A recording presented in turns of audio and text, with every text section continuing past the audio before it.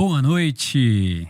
Seja bem-vindo, bem-vinda a mais um episódio do Insight Podcast, episódio número 3. Olha, número 3 também, número bacana. Materializando. Exatamente. Então, hoje vamos falar de um outro tema muito interessante, que é comunicação não violenta. Vocês já ouviram falar desse tema? Imagino que sim, né? Nunca ouviu falar disso aí, não. A piadinha é sobre quem não entende do assunto. Exatamente. Então, assim, comunicação não violenta talvez seja até um tema conhecido no imaginário das pessoas, assim, por já ter ouvido falar, mas às vezes não sabe de onde veio, assim. Então, vamos começar direto ao ponto. Primeiro que ele foi criado por um autor, um psicólogo americano, chamado Marshall Rosenberg. Ele já faleceu, mas também não faz tanto tempo assim. Mas ele desenvolveu esse conceito de comunicação não violenta porque nos tratamentos de clínica dele, de psicologia, ele percebeu que os maiores problemas assim, né, das clínicas eram problemas de comunicação entre relacionamentos, entre familiares, né, amigos, enfim, vários tipos de relacionamentos. E ele foi desenvolvendo quase que uma metodologia de como criar uma comunicação mais efetiva, que ele chamou de comunicação não violenta. E ele usou isso em vários momentos, assim. Ele se tornou também mediador de conflitos, então ele já trabalhou para governos, para entidades assim, de segurança, já lidou com terrorista, enfim, com várias questões de mediação. E ele desenvolveu esse conceito e criou um livro que se chama Comunicação Não Violenta. Então a gente vai falar justamente um pouco desse livro, assim, quais são esses passos da metodologia que o Marshall criou para criar uma comunicação mais efetiva. Então é um livro muito interessante, ele dá muitos insights para a gente, e vocês dois que são terapeutas também vão poder falar muito bem sobre esse assunto, né? Porque tenho certeza que isso deve ser realidade para vocês também, né? De que muitas dores dos pacientes ali devem envolver comunicação, né? Se não tiver comunicação... 200%. Então vamos lá. Então, qual que é o primeiro passo? Quer dizer, antes de falar dos passos, assim, qual que é a motivação, né? Parece meio óbvio, mas assim, por que a gente precisa ter uma comunicação não violenta? A tese do Marshall é que não é que toda a comunicação de todo mundo é violenta e, portanto, precisamos diminuir. Mas a questão é que muitas vezes a gente não sabe, não percebe que a nossa comunicação é violenta. Violenta não é só xingar, não é só falar batendo na mesa, falar alto. Tem várias coisas que são, de certa forma, violentas no sentido de que machucam a outra pessoa, mas que podem ser faladas até de forma sutil, mas continua sendo violenta. Então a motivação que o Marshall traz é de que ao perceber melhor todas essas nuances da comunicação, você melhora os seus relacionamentos. Vocês veem alguma outra motivação para a comunicação não violenta? É essencial, né? Acho que você poder entender o que você tem ali de sentimentos, de pensamentos, né? Em relação a outra pessoa e poder, assim, fazer um filtro antes de sair já jogando. O que eu penso de você, ou... não precisa nem ser, né, agressivo, do jeito, como você mesmo disse, mas jogar assim, você pode ter aquela acidez na fala, ou você falar de uma forma mais direta, né, e aí pega algum ponto da pessoa ali que chateia, enfim, né? Aí já cagou o rolê todo, né. Mas acho que é importante a pessoa ter essa compreensão, né, o que eu tô sentindo antes de sair já soltando os cachorros, né, ter essa clareza. É legal a gente aprender a olhar também para fatores que a gente, não só aquilo que a gente fala ou como fala, aquilo que também a gente não fala. Quando a gente é colocado no gelo, por exemplo, quando a gente põe alguém no gelo, é uma maneira de comunicação violenta. Ou efetivamente até com, né, os bullying que não são físicos. Né, eu passei por isso dentro de um lugar muito específico, assim, onde a ideia era você estudar um veículo de conhecimento bastante antigo, e um dos regentes era um cara que gostava de fazer piada o tempo inteiro e usava isso para controlar. Então ele pegava sempre alguém, né, para condenar e tentar diminuir, né, que ele fazia isso, por exemplo, numa mesa de jantar, né, pós toda a parte de aprendizado, e ficava diminuindo né, as pessoas para poder se sobressair. Ele não percebia o que ele fazia, mas automaticamente fazia para controlar, e quem estava ali, tipo, todo mundo acabava rindo porque ele fazia de uma forma muito engraçada, e automaticamente ninguém nunca limitava, né? Quando isso começou a ficar recorrente comigo, ficou complicado, porque tendo sofrido muito bullying físico, comecei a perceber que aquilo atiçava em mim algo muito complicado em termos de raiva, né? E a tendência era que eu levasse a comunicação de forma violenta para poder criar um combate com aquela situação na qual estava sendo exposto, por exemplo. E para entender que aí eu perdia a razão, né? Não era algo simples. Então, assim, tem muita importância a gente olhar para o passo a passo e para as etapas e aprender a perceber não só como o outro, a fala do outro afeta a gente, como o que a gente retorna também vai acabar gerando num grupo inteiro, né?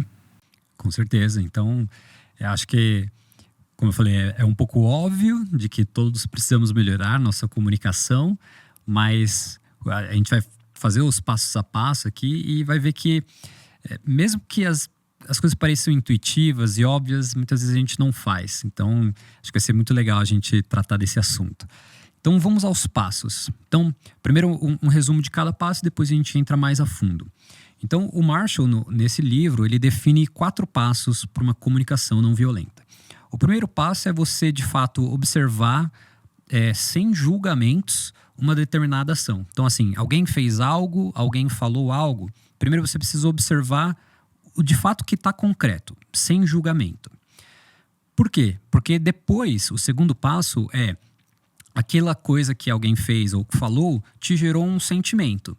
Aí você precisa primeiro entender qual sentimento gerou e depois expressar esse sentimento. Então esse é o segundo passo, que não é tão simples. Parece simples, mas não é. O terceiro passo é, a partir daquele sentimento, ele não veio do nada. Esse sentimento ele vem de uma necessidade não atendida. Então o terceiro passo é você entender qual é a necessidade ali subjacente que não está sendo atendida, que gerou aquele sentimento que você identificou no segundo passo. E o quarto passo, finalmente, é você expressar tudo isso para outra pessoa através de um pedido. Seja para a pessoa não falar mais aquilo, ou para falar algo diferente, ou para não fazer mais aquilo, ou para fazer diferente. Então, o quarto passo, ele é, de fato, como que você comunica todo esse processo no final para a pessoa. Então, com esses 4 passos, em tese, você atinge a comunicação não violenta. Mas a gente precisa destrinchar um pouco eles. Então, falando do primeiro passo, que é o observar uma ação sem julgar. Então, por exemplo, você falou desse exemplo, assim, né? Então, quando a pessoa fala alguma coisa, tudo bem. Nesse caso, você deu um exemplo de que claramente tinha uma intenção ali por trás. Mas, às vezes, uma pessoa fala uma coisa tão simples e você julga rapidamente. Por exemplo, você chama um amigo... Tô pensando em qualquer exemplo aqui. Você chama um amigo pra, sei lá, ir no cinema. Aí ele fala não. Aí na hora que ele fala não, você já julga. Fala assim, então ele não gosta de mim.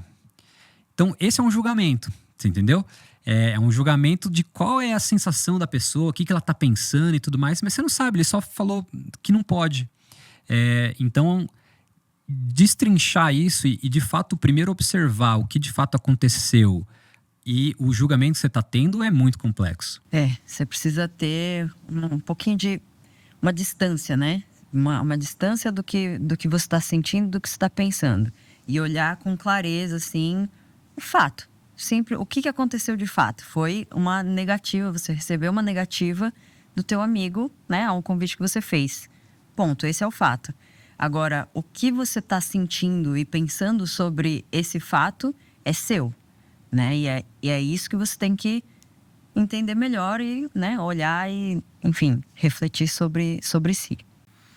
Uma coisa que pode ajudar bastante nesse passo aí, fica até... A gente pode fazer, inclusive, um estudozinho, né, sobre esse livro também, num próximo episódio aí. É o livro dos 4 compromissos, né? Então chama Os 4 Compromissos, o livro da filosofia tolteca de Dom Miguel Ruiz. Um dos compromissos que ele fala é sobre o pensamento conclusivo. Quando a gente levanta um julgamento, a gente está criando conclusões.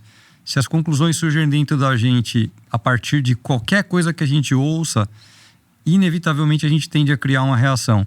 Então a gente nunca para observar e entender o que gerou esse julgamento. E aí começam os problemas. Então é fato. E ele também fala de não levar pro pessoal, Perfeito. né? Então, se você leva a negativa, né, do convite pro pessoal, nesse caso, é porque ele não gosta de mim, né? Você tornou a situação sobre você, né? E na verdade é só um simples fato de que a pessoa não pode ir.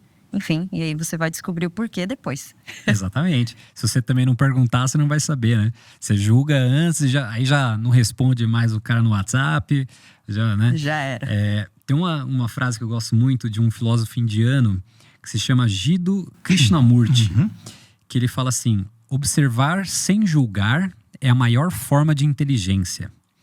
Eu gosto muito dessa frase porque, assim, um parênteses aqui, mas vai fazer sentido, vocês vão ver.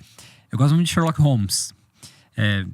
Cresci lendo Sherlock Holmes e tal. Eu gosto muito, tanto pela questão da lógica que ele utiliza para desvendar ali os crimes, mas porque, principalmente, para ele de fato resolver o crime, ele precisa observar sem julgar as coisas. Então ele precisa ver assim, por exemplo, aqui tem uma pegada.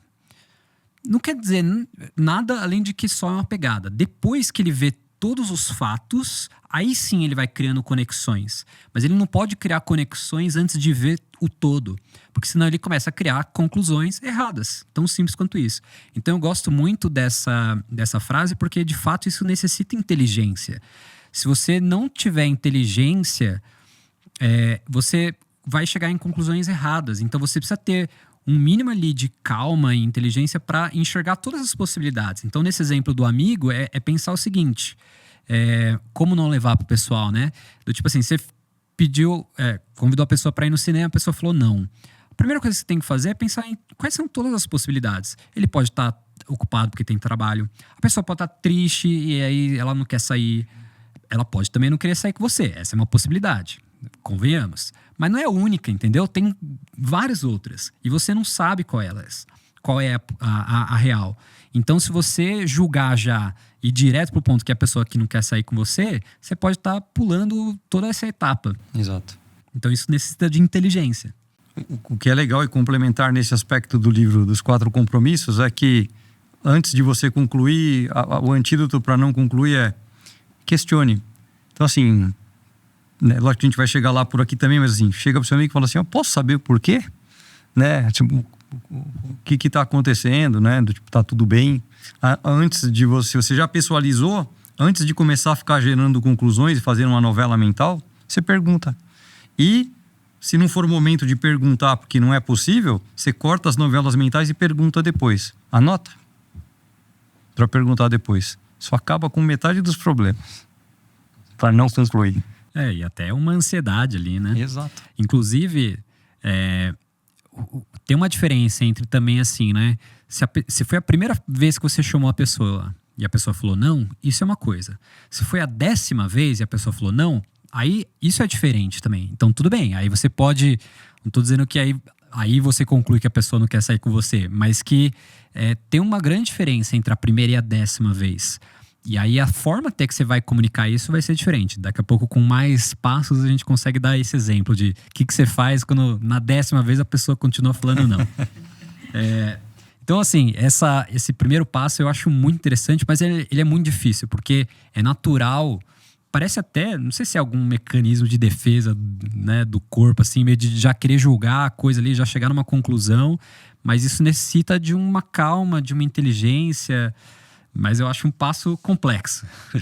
Acho que nossa, você falou certo, né? É um instinto, né? Acho que é como a gente também é educado, né? Tem toda uma questão do ego, assim, como o ego se molda, né? Na sociedade, assim. A gente tá sempre se defendendo de alguma coisa, tá sempre... tudo muito, muito à flor da pele. Né? Então, acho que essa é a primeira reação mesmo, né? Nosso cérebro límbico ali, né? Ou reptiliano, né? A coisa bem instintual mesmo. E aí precisa de uma lapidação, né? Para ir observar esses instintos, esses impulsos, para começar a domar, né? Adestrar esse comportamento. E aí, com o tempo, a gente chega, né, nesse espaço, assim, com calma. Sim. Essa questão é importante mesmo, porque a gente foi treinado para reagir.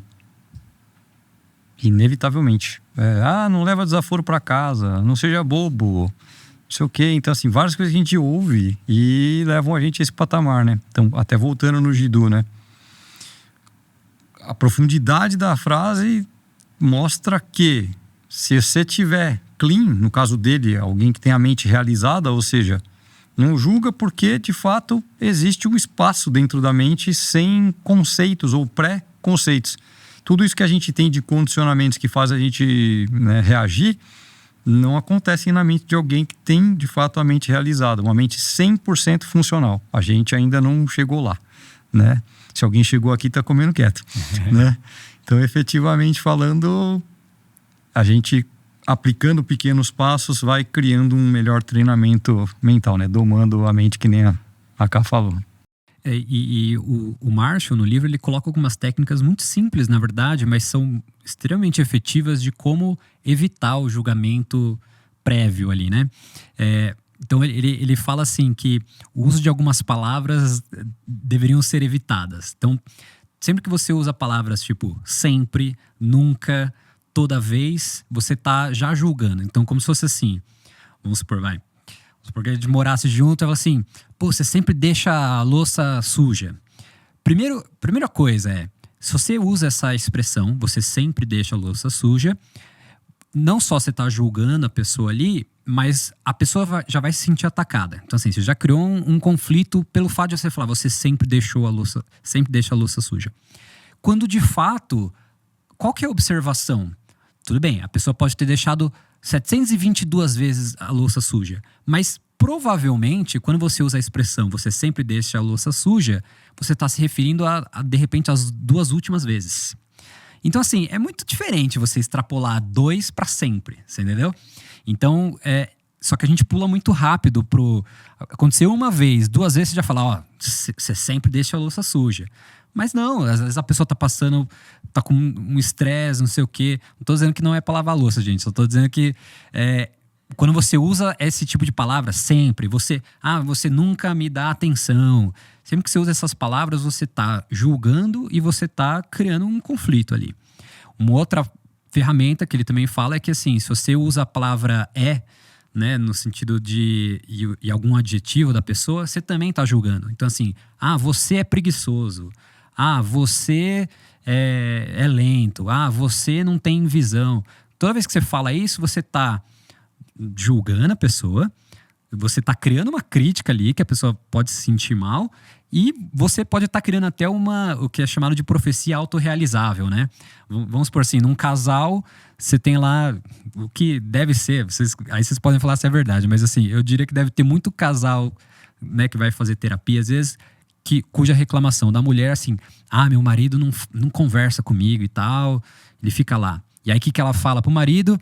Você parece uma porta, você não conversa e tal. Só que ela não entende que pode acontecer o contrário também, tá? Só tô dizendo que deve ser muito comum nessa direção. Mas aí o que acontece? Ao criticar o outro falando que a pessoa é igual uma porta, que não conversa, só tá repetindo, só tá reforçando o comportamento. Porque a pessoa vai se sentir atacada, vai dizer, então também não vou conversar, já tá brigando comigo. Então o Marshall coloca como uma técnica de você não pode julgar a pessoa e rotular ela como você é preguiçoso, você é não sei o quê. Senão você tá limitando ali sua visão do que é real. Exato.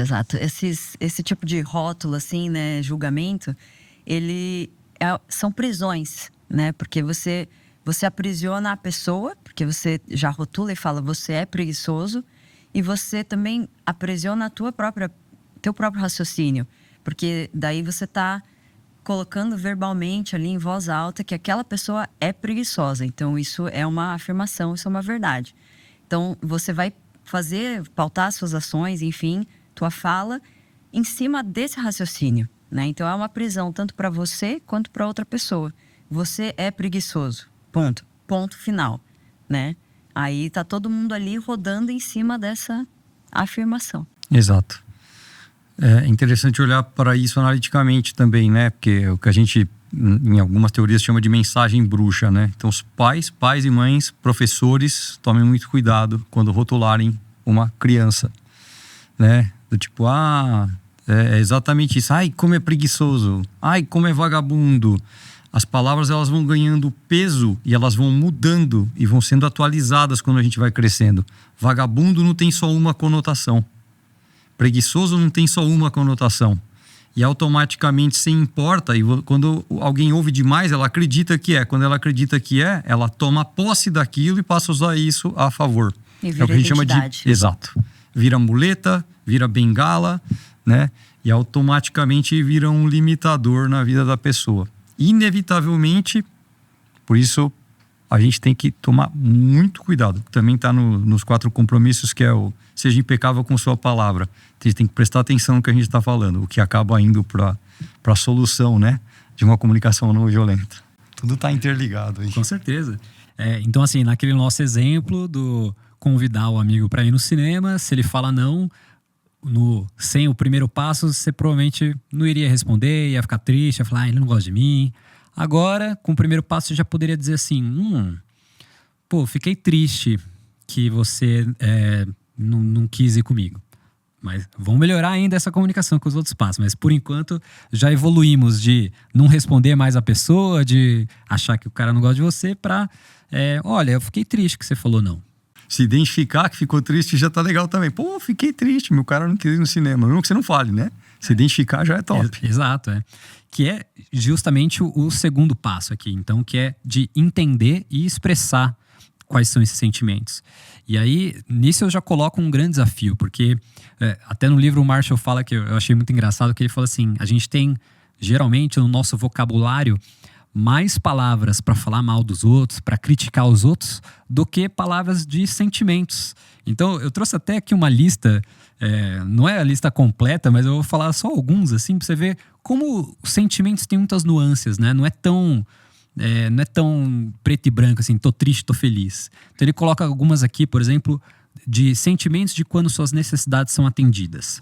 Absorvido, energético, encantado, animado, fascinado, orgulhoso, excitado, e tem vários outros. E aí, sentimentos quando suas necessidades não são atendidas. Sobrecarregado, preocupado, agitado, apreensivo, envergonhado, confuso, desapontado. Então, vocês veem que, assim, identificar qual desses é o sentimento que você está tendo de verdade não é tão simples, né? Exato, identificar e admitir, né? Primeiro você precisa admitir que você tá triste. Triste ou, enfim, qualquer uma dessas, né? Mas você admitir para você mesmo, assim, me causou uma emoção negativa, essa situação. E aí você começar a se investigar, mas o que exatamente eu tô sentindo? Eu tô em qual escala, né? De 0 a 10, eu tô muito triste, tô muito... né? E aí tentar conceituar, talvez racionalizar mesmo, colocando nas palavras, enfim, o que poderia traduzir melhor conceitualmente, né, mentalmente, esse sentimento que você está sentindo. E aí é legal ter essa gradação toda, né, de descritivos, né, de sentimentos para você poder falar, tô extasiado, tô putaço, sei lá. Enfim. Eu acho super legal isso, porque às vezes a gente consegue externalizar algo pelo pensamento, mas não observa o que está sentindo. A Ká fala muito, tô assim. Então, acabei de observar esse sentimento. E aí você acaba puxando uma memória, ou você realmente acaba criando um entendimento de um condicionamento que foi plantado ali, um padrão de repetição de algo, né, que é ativado como um gatilho em função de certas situações, tipo o não que você tomou do seu amigo, né? Ou efetivamente a frustração que você sentiu, né, quando alguém te falou vamos e você ficou na expectativa de que ia e não foi. Quando era criança, por exemplo, pode se reverter nisso. Então você cria uma observação, você pode ativar uma memória e automaticamente, né, criar um entendimento muito maior. É muito mais difícil observar o que você está sentindo e transformar isso em palavra, né, do que automaticamente só criar um julgamento, porque aí você se isenta e não fica parecendo fraco, né? A gente tem isso, né? A gente fica parecendo fraco, sente dor, né? E aí não rola. É isso, né? Exato. Agora, eu achei interessante uma das coisas que você falou, cara, de que você, além de identificar, você precisa admitir. E eu achei curioso o uso dessa palavra especificamente, assim, admitir, porque ele dá um pouco a entender, e pensando também em mim mesmo, assim, né, que de fato tem horas que a gente não admite assim, um determinado sentimento, por algum motivo, né? O que você acha que às vezes impede as pessoas de admitir o que estão sentindo? A gente resiste, assim, às emoções negativas porque tem todo até culturalmente falando, assim, né? Sei lá, Facebook, só tem pessoas sorrindo, né? Ah, selfie, ó, que eu tô comendo, olha como minha vida é maravilhosa. Ninguém posta lá que você tá triste. Então, existe uma resistência a sentimentos negativos, né? Já a palavra é sentimento negativo, né? Mas é um sentimento, na verdade. É só tristeza, faz parte da vida, né? Frustração, enfim, a gente pode, né? Somos autorizados, temos o direito de nos sentir mal, né? Mas acho que existe essa dificuldade de admitir para si mesmo, fiquei frustrado com a negativa lá da pessoa. Justamente por isso, assim, a gente tem que... É meio que velado, assim, mas é uma obrigação da gente estar sempre bem, né? Então, quebrar essa barreira da gente com a gente mesmo é o primeiro passo, né? Se a gente conseguir internamente, né, com os nossos botões aqui, não, eu estou admitindo que eu estou sentindo isso. E você observar esse sentimento, fica muito mais fácil de você poder levar isso para o outro depois, né? Porque você teve esse tempo, esse ato para você digerir, né, justamente. Posso colocar uma pergunta filosófica aqui? Será que nós somos o que nós sentimos? Porque, assim, aí é uma tese minha aí do tipo, será que algumas pessoas não admitem alguns determinados sentimentos porque elas se sentem como se fosse assim, nossa, se eu tô sentindo isso, então eu sou isso e eu não quero ser isso, então, portanto, como se fosse assim, tô puto. Não, mas eu não quero ser uma pessoa puta, então eu tô envergonhado de estar puto. Entendeu? Então, na verdade, a pessoa... olha que interessante, ele vira um processo de comunicação não violenta com a própria pessoa, né? Do tipo, ela se sente envergonhado por ter sentido um outro sentimento. Olha que doideira. Vocês acham que nós somos o que nós sentimos ou não? Não, com certeza não somos o que sentimos. Com toda certeza. Mas, assim, de fato isso acontece, né? É um julgamento... porque a gente tem uma identidade para a sociedade e uma identidade, uma autoimagem para a gente mesmo. E aí, o que isso quer dizer? Se a gente admite que a gente está sentindo determinado sentimento negativo, o que isso causa? Qual é o abalo que isso traz para a nossa identidade, para a nossa autoimagem, né? Se a gente falar, não, a minha autoimagem é de ser uma pessoa muito, sei lá, perfeccionista, né? E aí, então, eu faço tudo com excelência, quero ser a melhor de todas. E aí, se você se sente mal, você, mas e aí? Onde é que entra, né? A minha identidade de ser boa em tudo, de ser excelente. Onde é que cabe um sentimento negativo aqui? Né? Então, você desconstrói todo um monumento, né? Na sua psique ali, da sua autoimagem e do que você tem com as outras pessoas também, do que os outros enxergam de você, se você admite isso, né? Mas eu acho que é justamente isso que a gente tem que ir quebrando aos poucos e percebendo que o que a gente sente, tá tudo bem a gente sentir, uma hora passa. Seja bom, seja ruim, aquilo ali é só um sentimento, uma nuvenzinha, uma onda, né, que tá ali dentro. E não quer dizer que você é aquilo. A gente tem que entender, né? A gente tem que começar a se perguntar e refletir quem somos nós, né? Essa é a raiz, assim, é meio que a chave, né? Se você entende quem você é de verdade, né? Ou conhece a ti mesmo, é muito mais profundo do que só saber, qual são os seus gostos, o que você quer fazer da vida. É muito mais profundo do que só isso, né? E isso exige muito trabalho, né? Muita lapidação. A terapia, ela é um início, assim, é um começo bem importante, né? Mas tem muitas coisas ali na alma que a gente precisa entender melhor, né? Ela está falando com conhecimento de causa e muito do que ela está falando, inclusive em termos de partilha de estudos, de investigação pessoal, em conversas que a gente tem nos nossos cafés pós-almoço e momentos que são possíveis, né? Levanta essas questões. Tem um dia que eu estava super confuso com um monte de coisa, mesmo, cara, a gente medita, estuda, vai, faz, passa por anos de terapia, mas de repente você caiu, né? Deu aquela escorregada. Ela simplesmente virou para mim e falou assim: você parou para observar o que você está sentindo? Aí é lógico, né? Você tá ali cheio de emoções, fica meio ressabiado, aquilo dói um pouco, mas você percebe que existe um ponto de razão e você para, respira e começa a observar. Vai mudar tudo. Tudo. Ela faz isso pra caramba e acabou falando: olha, esse é o método de autoobservação que eu acho que é bacana. E aí é lógico, quando você para, você vai olhar e falar assim, e voltando para sua pergunta filosófica, endossando a prática, né? No budismo tibetano, dentro da psicologia tibetana, você tem os seguintes aspectos, né? O que é chamado de 3 venenos mentais e 5 emoções negativas. A gente pode falar sobre isso com calma depois. O ponto aqui é venenos mentais e emoções negativas. A gente tem vários venenos que eles estão ali o tempo inteiro sendo destilados dentro da gente e isso pode ir para o outro. E as emoções negativas, elas surgem em função dos abalos do ego, como a Kaben colocou. Esses abalos, eles são reduzidos em 5, né? Que automaticamente fazem a gente ter uma percepção do quão negativo a gente está.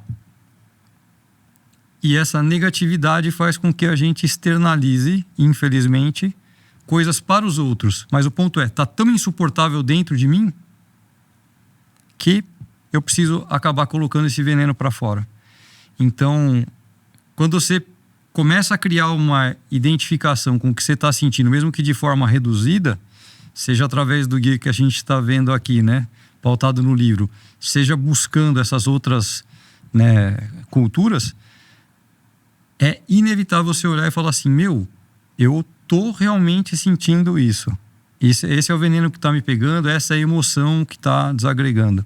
E aí você vai achar raízes super comuns, né, em sentimentos nesse aspecto. Então, assim, o que a gente sente precisa ser expurgado. Aí é muito interessante porque os tibetanos dizem assim: a alquimia interna, ela só vai acontecer quando você estiver livre das emoções negativas e dos venenos mentais.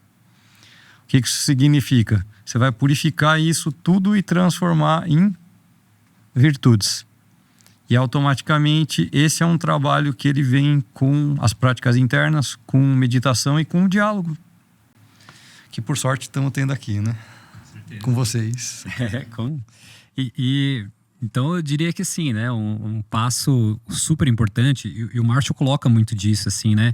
Do conhecer a si mesmo como um primeiro passo para você de fato entender o que você está sentindo, e aí depois de entender, expressar também. E ele coloca também que assim, esses graus aí de sentimentos, quais são essas nuances, elas vêm também com uma maturidade. Então a gente não aprende desde pequeno assim quais são todos esses sentimentos.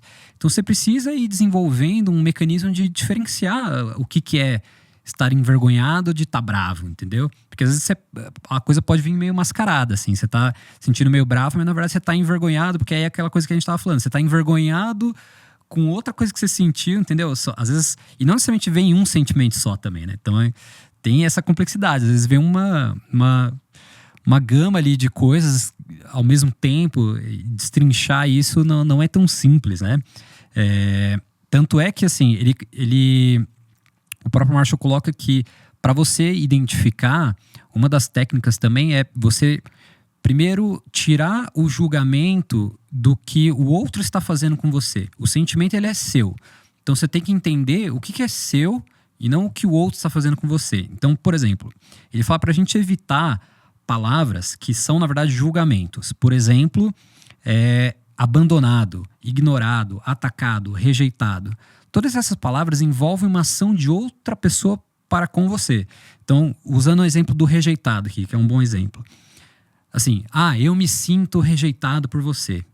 O estudante inicial ali leu só os primeiros capítulos do Comunicação Não Violenta, pode falar assim, nossa, não, beleza, eu vou expressar meus sentimentos. Aí fala assim, eu estou me sentindo rejeitado por você. Aí ele acha que tá, né, exercendo a comunicação violenta. Tá, mas só até a primeira página ali. Qual que é a segunda página? Ao falar que você está se sentindo rejeitado, você está, na verdade, dizendo que o outro está rejeitando você.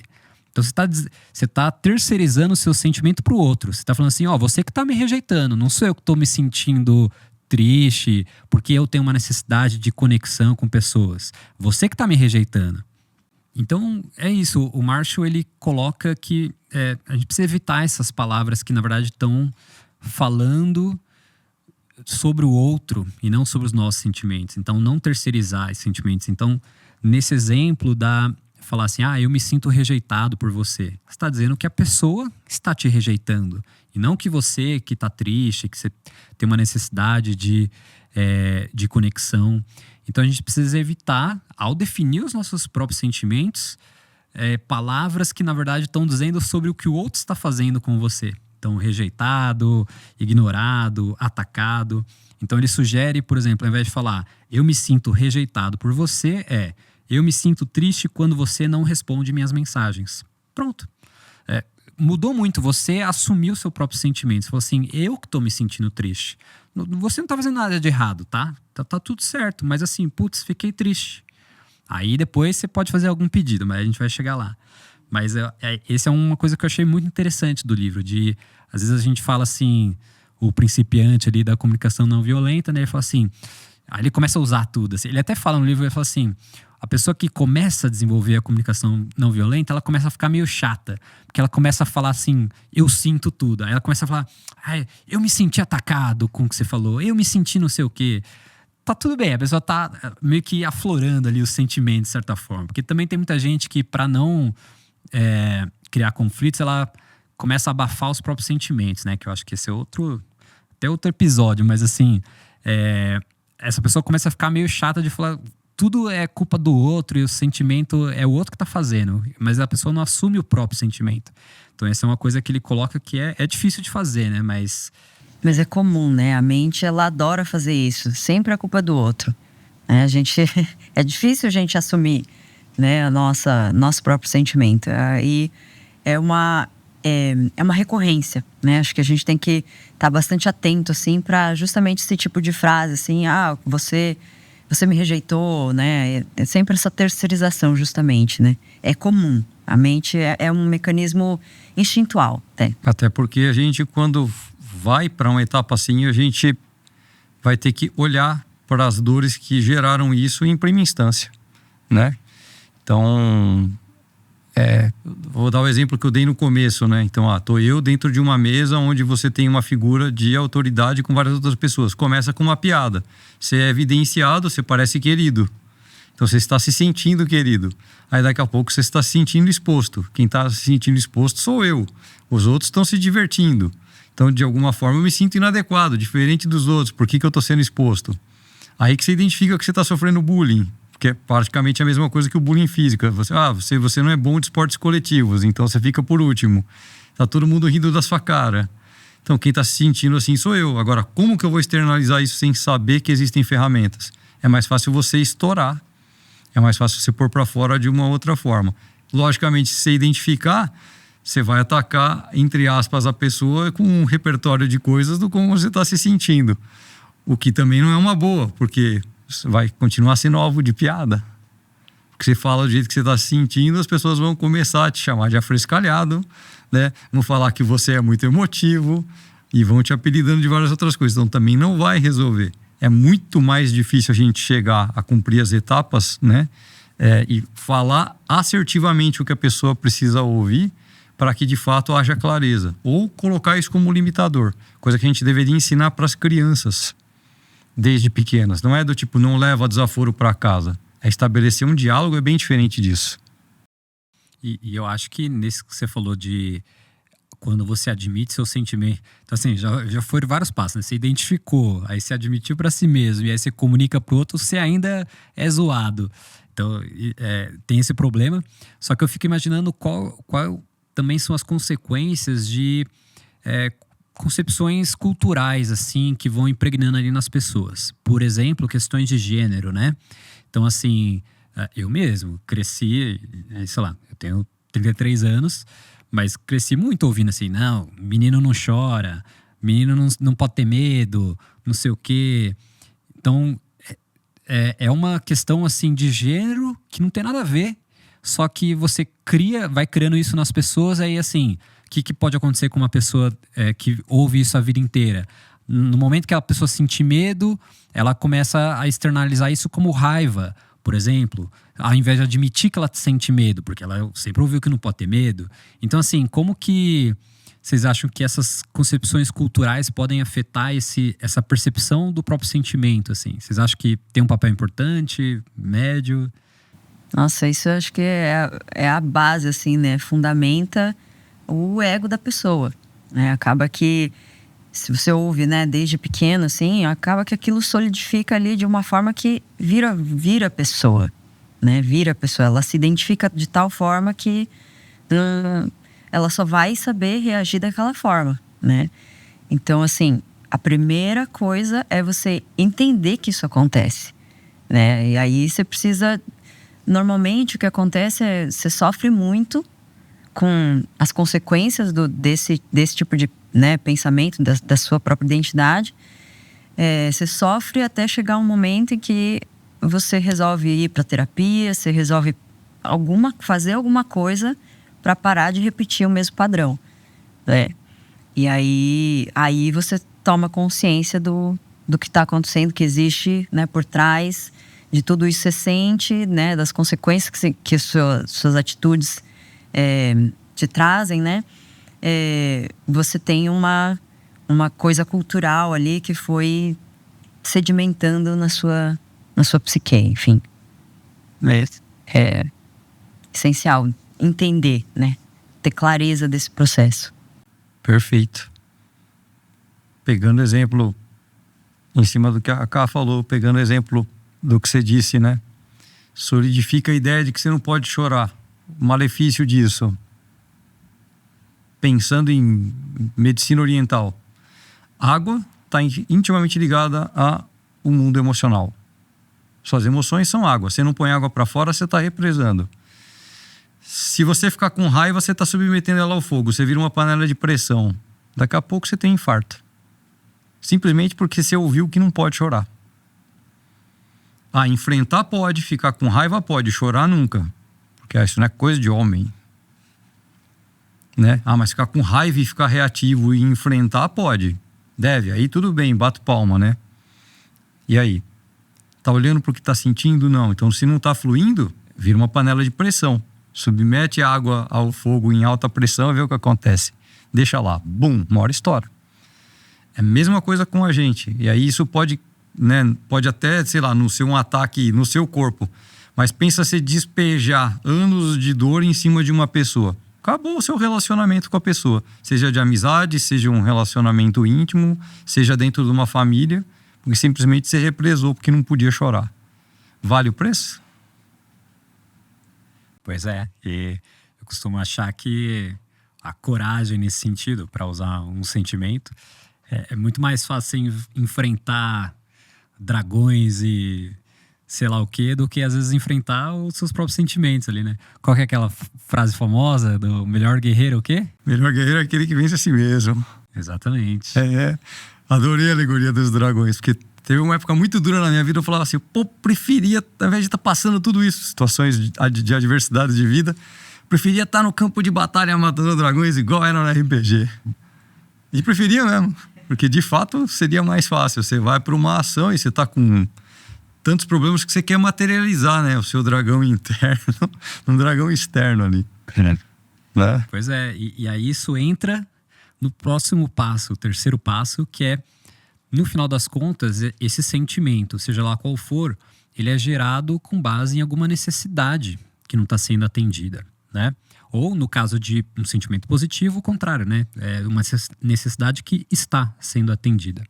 Mas a maioria dos problemas geram de necessidades não atendidas e isso gera um sentimento. Então, o Marshall coloca que então é extremamente importante a gente não parar só no eu sinto X. E sim falar assim, eu sinto X porque eu preciso de Y. Ou seja, trocar o assim, você nunca me entende, que primeiro que você já está falando lá o que a gente falou, você está usando a palavra nunca, tá? Você transformou a pessoa numa pessoa que não entende ninguém, que nunca entende ninguém, tal, que é um julgamento. Então assim, trocar o você nunca me entende por eu fico triste quando percebo que você não entendeu o que eu disse, porque eu tenho a necessidade de ser entendido. Porque todos nós temos a necessidade de ser entendido no mundo, né? A gente quer que as pessoas nos entendam. Então, essa é uma necessidade, ser entendido. Não ser entendido gera o quê? Uma frustração, uma tristeza, uma ansiedade. Então, assim, não é o outro que não te entendeu e a culpa é dele. Você que tem uma necessidade de ser entendido. E isso gera um sentimento. Então, o Marshall coloca que esse é o primeiro passo, na verdade. Assim, quer dizer, não o primeiro passo, mas para você entender por que surgiu aquele sentimento, é entender de onde veio. Qual que é a necessidade que não está sendo atendida. Sabe o que é legal nisso, né? Vou fazer um paralelo bem interessante no trabalho que dá. É muito mais fácil a gente ser reducionista e simplesmente lançar um ataque ou externalizar um julgamento do que chegar num descritivo desses. Dou um exemplo. Na escola de arte marcial que a gente faz parte, tinham lá os mandamentos internos, né? Então, assim, toda uma norma de conduta, do tipo, não treinar de uniforme sujo. É muito mais fácil eu escrever lá, não treinar de uniforme sujo e mal cheiroso. É muito mais difícil colocar assim, para o bem-estar comum, pedimos que você treine com um uniforme limpo, organizado. Agora, faz muito mais sentido quando a pessoa lê que é para o bem-estar comum, porque ela faz parte do bem-estar comum do grupo, do que simplesmente eu falar um não faça. Primeiro que a mente não entende. Não faça é quase do tipo faça, principalmente para quem é rebelde. Tirar os nãos deu um trabalho gigantesco de um texto inteiro. Algo que poderia ser tópicos e linhas. Então, assim, eram 10 itens em linhas, muito fácil e reduzido, virou um texto desse tamanho. Só que se quem lê o texto entende no que a gente está focado de fato. É a mesma coisa para a comunicação. Você tem que olhar para dentro, e ao invés de reduzir um monte de significado, né, que vai ficar fácil para o outro entender. Você não me entende, você não liga para mim, do que eu externalizar o que de fato eu estou sentindo e o que eu desejo, né, para que realmente haja uma completude no diálogo. Dá muito mais trabalho. Dá muito mais trabalho, fora as coisas para além, né, dessa necessidade aparente. Porque aí você começa a abrir outros campos ali, vai entender a raiz do negócio, né? Aí entrando um pouco na psicanálise, aí você vai entender que você tem essa necessidade X porque o seu pai fez alguma coisa, né? Ou porque sua mãe foi trabalhar e você ficou ali no berço, sabe? Aí a coisa vai, né? Aí o leque é imenso, assim, né? Aí a gente não tem nem exemplos para dar, porque são muitos, milhões, né? Mas aí sim mostra bem a necessidade de uma terapia, né? Para você entender por que acontece isso, talvez recorrentemente, né? Você sente essa angústia, enfim. E aí você entender a raiz, racionalizar, refletir sobre isso e tudo, esclarecer para você mesmo, né? Aí facilita muito mais, né? Por isso que o autoconhecimento é sensacional para qualquer pessoa, né? É uma necessidade mesmo, para a gente poder bem comunicar.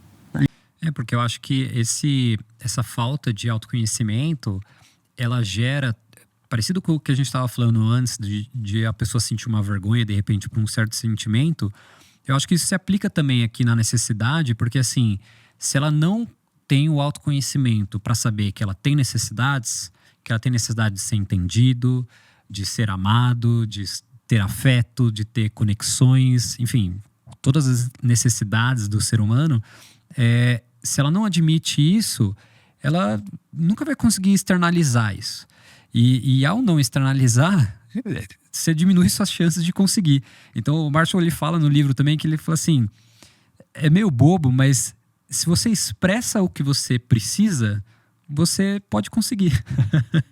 É bobo falar isso, né? Mas assim, você fala assim, putz, eu tô precisando de atenção. Você fala isso pra pessoa, se você passar por todos esses passos assim de abrir mão do seu ego masculino, principalmente, de todas as camadas de preconceitos e identidade, assim, e assumir que você tem essa necessidade, você fala isso pra pessoa, a pessoa pode te atender. É meio louco isso, né? E acontece de fato. Acontece, né? Inclusive em momentos vou voltar lá naquela questão, né? Então, quando estava sendo exposto ali, né? E mesmo fazendo colocações, as pessoas tiravam sarro. Aí eu resolvi que eu falei, beleza, eu não vou mais sofrer bullying, né? Então, qual que é a primeira ação? Daí não é nem comunicação, né? Do tipo a ação. Vou enfiar uma porrada na sua cara. Porque você tá me zoando tanto que agora eu vou te limitar. Perdeu a razão. Perdeu a razão, então você tá vendo? Você é ignorante.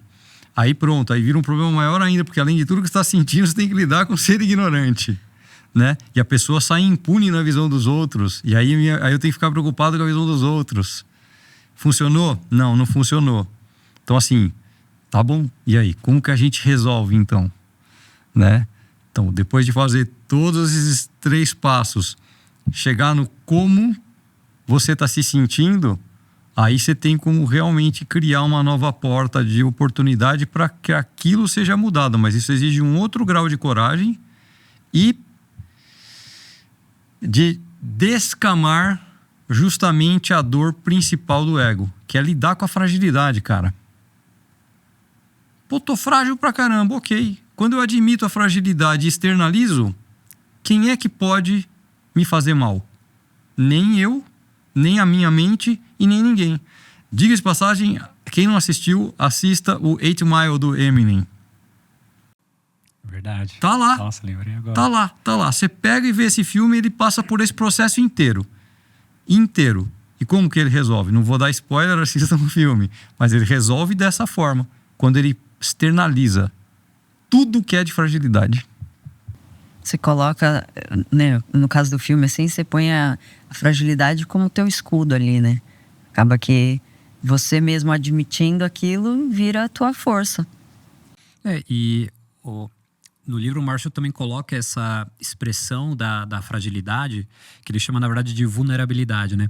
Quando a gente expressa a vulnerabilidade, você cria uma empatia, porque você humaniza no ponto de que a pessoa fala assim, nossa, eu também me sinto vulnerável. Aí ela cria uma empatia por você e aí sim que ela muda. Porque daí ela não entende que você está criticando ela. Então nesse exemplo que você está dando, por exemplo, se você só criticar a pessoa, ela pode tomar como um ataque. Agora, se você mostra a sua vulnerabilidade real, a pessoa pode se identificar com isso de repente. Porque pode ser até que ela tá agindo desse jeito porque ela é uma pessoa que se sente vulnerável e ela faz isso para, né, não mostrar a vulnerabilidade. Então, a partir do momento que você mostra, é difícil, precisa de coragem, igual você falou, mas isso cria empatia. Então, eu lembrei disso agora, que o Marshall fala isso no livro, de que você precisa expressar essa vulnerabilidade. Lá naquele exemplo que a gente começou, né, no início do episódio, de convidar o amigo para ir no cinema, que ele fala não. Então, o primeiro passo é você observar, que assim, não é que ele não gosta de você, ele só falou não. Esse é o observar. O segundo passo é identificar o sentimento. Você ficou triste ou você ficou frustrado porque você tinha expectativa de que você ia sair naquele dia. E que de repente, diga-se de passagem, você poderia até resolver de outra forma. Você pode chamar outra pessoa para sair. Não quer dizer que tudo se perdeu ali, mas fecha parênteses. Então, o terceiro passo é qual que é a necessidade que está por trás? Se a necessidade aqui, talvez seja assim, você tem uma necessidade de conexão com pessoas, mas talvez especificamente com aquela pessoa. Então, agora, a evolução ali da nossa frase inicial seria falar agora para a pessoa que negou o pedido de ir ao cinema, falar assim, olha, eu fiquei triste ou fiquei frustrado porque eu tinha expectativa de sair, você disse não, porque eu tenho a necessidade de conexão e infelizmente isso não vai ser suprido. Então, essa seria a evolução da frase até o momento. E com isso a gente chega no quarto e último ponto, que é justamente, então, como que você faz um pedido para a pessoa? Como que então, tudo bem, você aqui no meio desse processo, você está externalizando todos esses sentimentos, essas necessidades que não estão sendo atendidas, só que isso precisa culminar em algum tipo de pedido, né? Então, como que a gente fala o que a gente quer, o que a gente está precisando? O Marshall, que ele coloca alguns mecanismos, assim. O primeiro é usar uma linguagem positiva. e não negativa. Então, assim, ao invés de falar assim, você não responde minhas mensagens, não sei o quê, você tá criticando a pessoa. Então, ainda mais se fala assim, você é insensível, você não responde minhas mensagens. Começar a trocar isso por todo o processo, mas assim, transformar em que tipo de pedido? Olha, eu fico triste quando você não responde minhas mensagens, porque eu tenho a necessidade de conexão. Então, nas próximas vezes que eu mandar uma mensagem, você pode me responder com mais rapidez, eu vou ficar feliz, vou ficar muito feliz. Então, assim, a linguagem positiva nesse sentido de falar, olha, se você fizer tal coisa, eu vou ficar feliz. Então, não é que você está falando assim, você tem que me responder. Não é isso. Você está falando assim, olha, se você fizer tal coisa, eu vou ficar feliz. É como se, agora sim, tá tudo bem terceirizar, porque é justamente o pedido. Então, você terceiriza para outra pessoa, fala assim, olha, se você quiser me fazer feliz, é só fazer isso aqui, é simples, tô te dando um manual. E muitas vezes a gente não sabe como fazer as outras pessoas felizes. Não seria mais fácil se a própria pessoa falar para você, faz isso que eu vou ficar feliz. Então, o primeiro passo é esse, assim, você usar uma linguagem positiva, falar o que você quer. Parece simples, mas na prática não é tão factível, né? Exato, Mas antes disso, a pessoa precisa saber o que faz ela feliz, né? Perfeito. Excelente. Precisa ter uma clareza sobre si. Mas enfim, isso a gente também já falou nos outros passos, né? Do ponto que a pessoa já sabe tudo isso, né? Ela colocar, acho que, o pedido para outra pessoa. Mas também acho que é bom ter uma ressalva, né? E ter o cuidado de você também não criar uma expectativa de que o outro vai fazer. Por mais que a gente tenha feito todos os passos, né? Pode ser que a outra pessoa esteja num xiste, né? Igual foi o bullying ali. Pode ser que a pessoa esteja fechada e não está te ouvindo, ela não foi empática, né? Ela não vai se conectar com o que você está falando e ela vai continuar fazendo a mesma coisa, né? E a gente vai continuar se frustrando. Então, é legal ter, sim, a comunicação para quando você tem, sei lá, um diálogo franco, né? Então, você está falando com o teu parceiro, né, com um amigo, e aí está nessa vibe, a pessoa vai se conectar, né? É muito mais provável. Mas agora, se for numa situação, né, de bullying, por exemplo, não é tão simples assim a gente poder abrir, né, e chegar nessa conexão com o outro, né? Então, é interessante a gente tomar cuidado também para não entrar nessa expectativa de que o outro vai mudar ou vai fazer o que a gente está pedindo só porque a gente seguiu os passos, né? Perfeito. Nesse sentido, é exatamente o que aconteceu, inclusive. Quando eu cheguei e expus, né, o que seria um cenário agradável e harmônico para todo mundo, veio mais uma piada. Só que a diferença é que, como eu expus de forma harmônica e positiva, o grupo parou de achar graça. Embora a pessoa não tenha parado, ela só mudou. Veio uma pessoa nova, ela começou a fazer as etapas com a pessoa nova. E aí, assim, como a pessoa é nova e não está ligando, todo mundo voltou a rir. Daí isso começou a me incomodar, porque eu falei, ok, existe um padrão repetitivo aqui, assim, acabou com o meu incômodo, né? Mas aí a síndrome do justiceiro não deixou quieto, né? Aí eu aproveitei um momento onde você podia falar com o grupo, expus diversas situações que estavam de fato incomodando e tinham tirado pessoas desse círculo de convívio. 4 para ser mais específico. E aí, várias das coisas que eram ditas ali, que estavam gerando contradições, eu levei de forma aberta, positiva, mas exaltando o que o grupo realmente precisava e qual era a métrica ou a ideia, né, do que se estudava ali. E aí não teve como. Várias pessoas concordaram, as piadinhas começaram a surgir de novo, os xistes começaram a surgir, só que a questão é que a pessoa ficou numa saia justa, porque todo mundo começou a fazer perguntas. Então, inevitavelmente, não cessou, a pessoa não caiu a ficha, e várias pessoas foram embora. Várias pessoas foram embora. Porque quando o mal-estar se coloca e você não tem porta, porque quem está do outro lado não consegue ouvir nem positivamente, nem todas as etapas, não há o que ser feito. A gente já chegou no patamar onde a gente tinha que chegar. A gente chegou na perfeição da comunicação, aquilo esbarrou, infelizmente, em alguém que não quis ouvir, porque existem questões ali, então a pessoa não se abriu. Então, ok. Basta a gente desconstruir a ideia arquetípica que a gente tinha daquele grupo ou daquela pessoa e buscar, de fato, o que a gente está procurando em outro local ou em outras relações, né? E aí, com certeza, isso vai ter sido um ganho para a vida. Então, o que você está falando faz extremamente sentido, porque pode acontecer, sim, de a gente ter ali, né, um foco muito específico num arquétipo que é muito forte para a gente, em alguém que está representando um papel muito forte e efetivamente a pessoa não está aberta, né? Em relações que elas já são bem estruturadas, família, amigos legítimos, que a gente às vezes esbarra, né, em todos esses problemas, com certeza vai sanar, né? Mas tem locais que não. Exatamente. É que a gente está fazendo um resumo do livro, mas tem uma parte que ele fala justamente disso, de que assim, a comunicação não violenta, ela é útil quando você quer preservar a relação. Então, amigos próximos, familiares, parceiros, colegas de trabalho. Então, você quer preservar a relação. Então, aqui ela é uma ferramenta extremamente útil. Mas vai ter situações onde você chega no limite da ferramenta e aí tudo bem, você tem uma saída que é cortar a relação. É tão simples quanto isso, assim.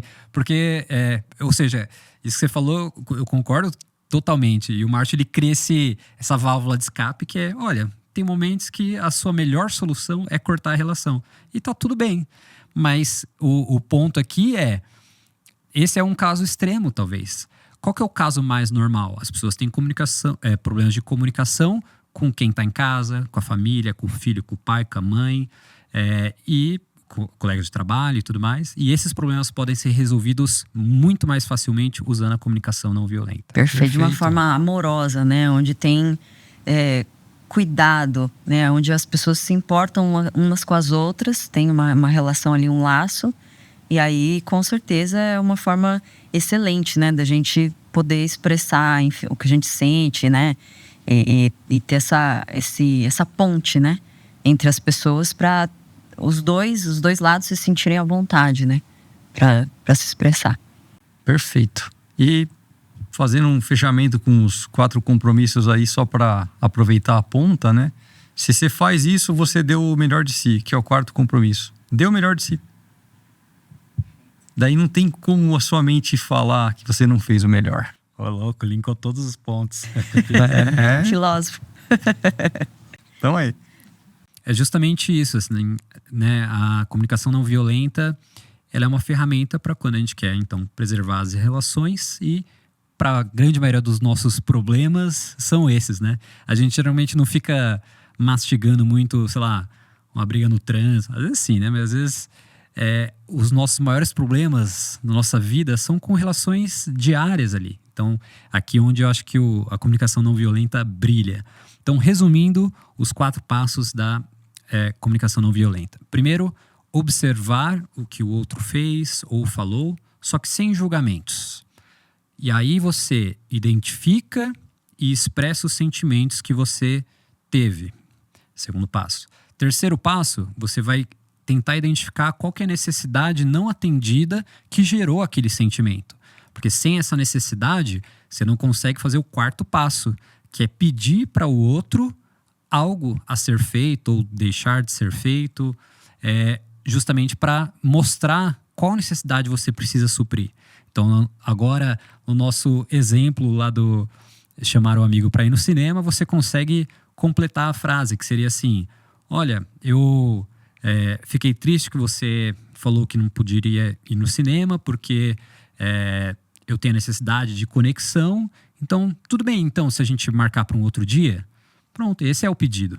A pessoa pode continuar falando não. Aí tudo bem, aí talvez você tenha que rever se a pessoa quer ser seu amigo ou não. Mas até aí, se você já pular, se só no não você já pula pro então ele não quer ser meu amigo, você perdeu toda uma oportunidade de criar realmente uma conexão, de atender a sua necessidade no final das contas, né? Então, no final das contas, eu diria que o comunicação não violenta é um grande jeito de conseguir o que você quer. De um jeito saudável, amigável, sem criticar o outro, sem julgar o outro. E às vezes você não vai conseguir, e faz parte da vida também.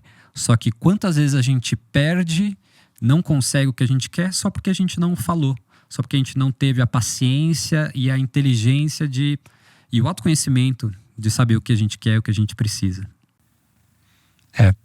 Voltar a ser criança, né? Uma criança que não tem né, julgamento, se não tem filtros assim, ela vai insistir no que ela quer e, no geral, quando não existe, né, um ambiente hostil, ela está sendo criada de uma forma positiva, ela insiste, né?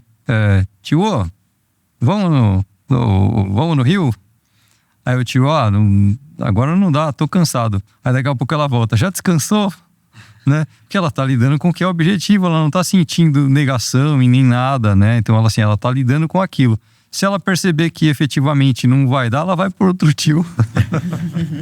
Exato, não tem nenhum apego. Não tem, cara, é tranquilo, porque ela quer ir pro Rio e tá tudo certo. Então, assim, é resgatar um pouco dessa pureza também, né? Perceber que o espírito de criança nesse aspecto, em saber pedir, pode ser resgatado, né? Se a gente olhar de trás para frente, né? Então é muito bacana. Eu gostei dessa. Perfeito.